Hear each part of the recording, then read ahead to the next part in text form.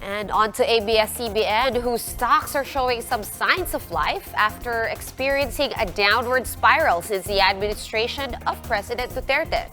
Dale De Vera has the story.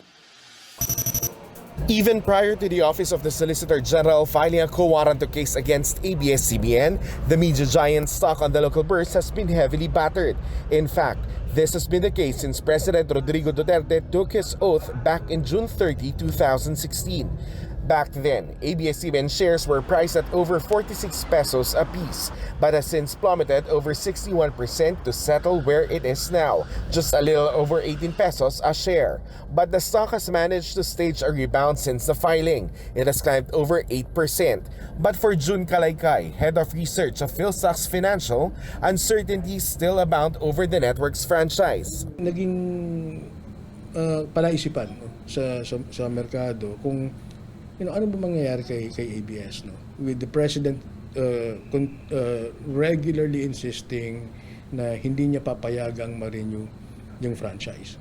But Kalaykay believes ABS-CBN may still recover even if its franchise may not be renewed and even as some shareholders pull out. The company's business ventures like Star Cinema and Star Publishing, he says, may be a saving grace to pump up prices of its shares, but Kalaykay admits fading investor confidence may be a problem. It's hard to operate in an environment na you don't know what's going to happen next day.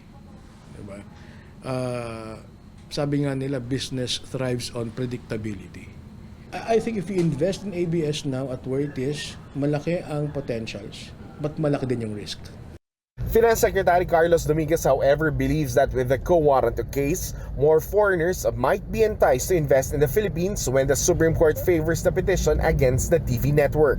There's a claim by the OSG that there's a violation of the regulations, and in fact it might be a constitutional violation. I think that if that's proven, the investors will say, oh, these guys are upholding the rule of law. The BIR has certified that ABS-CBN has no outstanding tax liability, clearing the air on allegations floating online that one of the reasons for the government's quo warranto case against the network was due to unpaid taxes. There are no references to unpaid taxes in the Solicitor General's petition.